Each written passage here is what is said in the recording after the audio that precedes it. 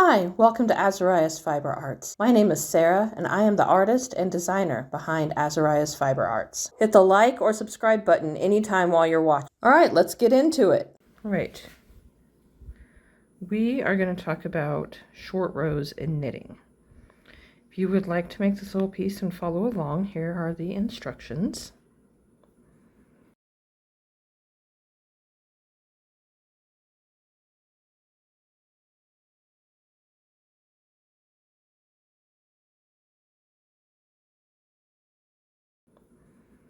So a short row is done for shaping purposes.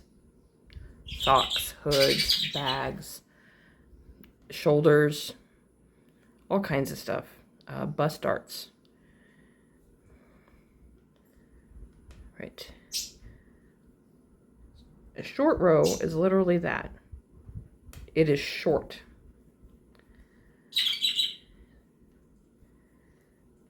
There are different ways to turn at the end of the short row. So we're going to knit 10.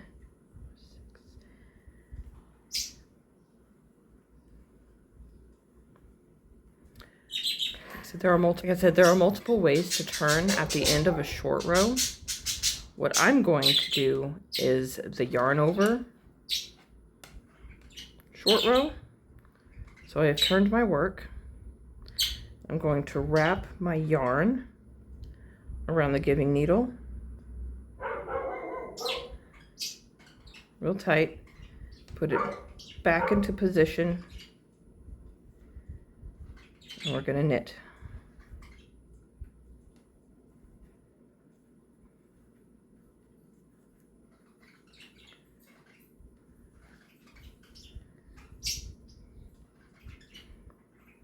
We're not going to do short rows on both sides, just on the one side. All right, so this time we're going to knit 8.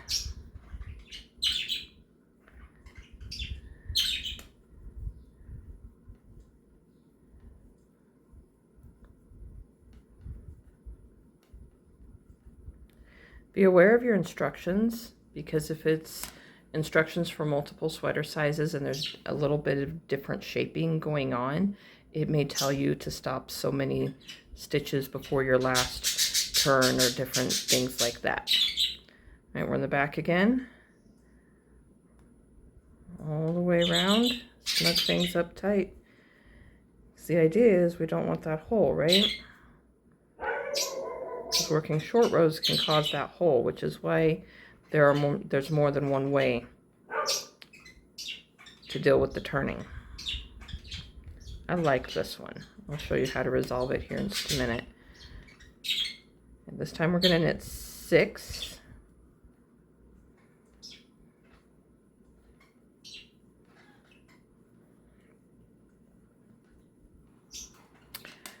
Turn it.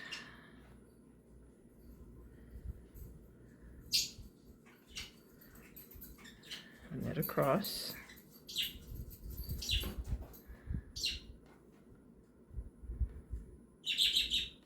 This will be our last short row. We're going to knit 4.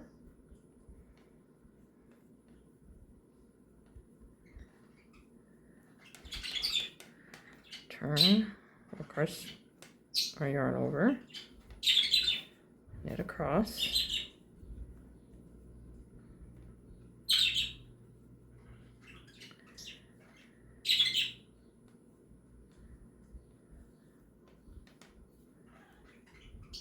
And now we're going to knit across to the first yarn over. And we're going to knit it together with the next stitch. And we're going to do that until we have worked all the way across the row.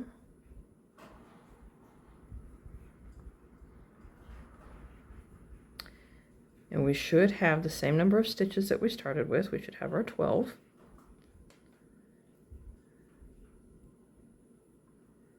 But they will be at a diagonal. 2, 4, 6, 8, 10, 12. And you can see how they're at a diagonal. I like this particular turn, this yarn over turn, because it disappears really well. And so what I'm going to do now is I'm going to knit a row back, and then I'm going to work 4 rows of stocking knit so we can do the purl version. Okay, here we go.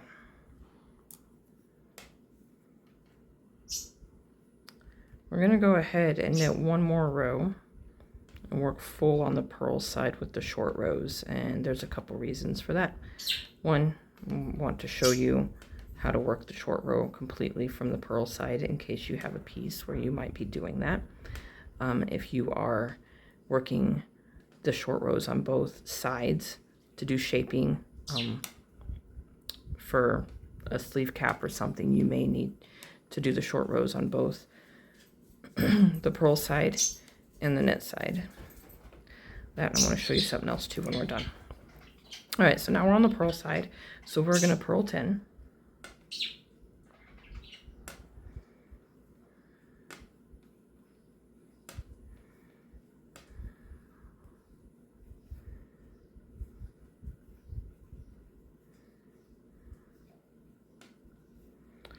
All right, and we're going to turn the yarn over and keep going so it doesn't look a whole lot different, which is another reason I really like this one, is you don't have to change things a whole bunch when you go from knit to purl. I'm not sure how some of the others are. German short row might not be any different. This time we're going to purl 8. When worked from purl to knit, or knit to purl, I don't have enough experience with German short rows to speak on that. That was 8, right? Yep. Okay. Go ahead and turn. Do our yarn over. Purl back.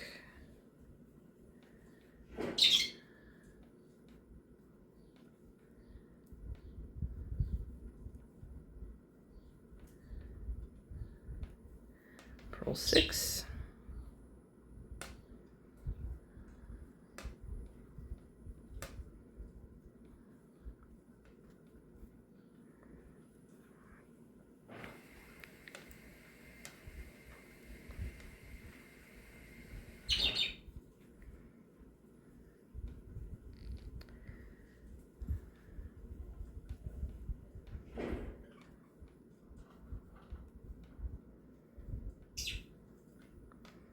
And purl 4.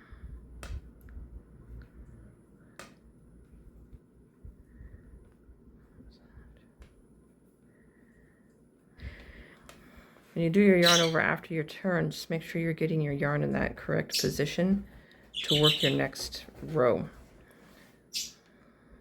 be it knits or purls. All right. Purl 2 to begin with. Okay, and we're gonna purl all the 4. Okay, now because of the way I worked them, my purls, it's suggested to twist it. Not gonna twist it.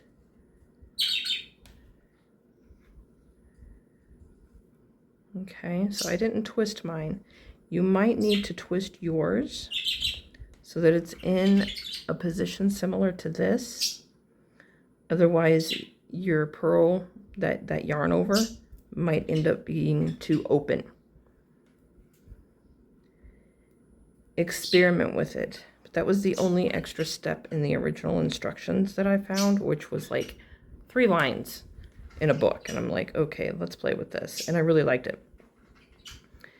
Was twist your purl stitch before purling it together with the next one. I'm like, okay. Turn your work over to the front. My guys are twisted a bit. Another thing that you might do is switch the position of the yarn over with the stitch that you're purling it together with. So let's take some of these out and try that and look at the difference. This is what is fun about knitting. Crochet, there's not as much of this. You can change things just slightly. Okay, I didn't twist it. I picked it up in the same orientation. I just switched its position. And I'm going to purl these two together. Purl that last one. Turn it over. Okay, see? And he disappears better.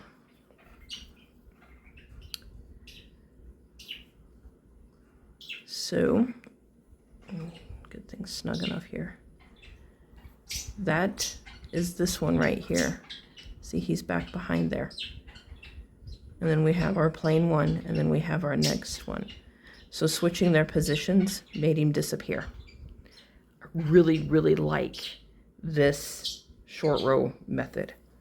Now, short rows in general, so we worked the knit ones one direction, like knitwise, like actually working it directionally. We worked one direction, and the purl ones we worked a different direction. And I want you to see what's going on with the fabric here. So this slants this way, but this one slants up this way. Play with short rows geometrically to get different things going on in your patterns and your designs. That's why they make great bust arts. Short rows have a lot of applications. This is just one way to work them. This is the yarn over short row. Look up some others. If this tutorial was helpful for you, please hit the like button. Be sure and subscribe so you don't miss anything. Thank you for watching. If you have more questions, you're welcome to leave a comment below or email me, Sarah@azariasfiberarts.com. Happy making!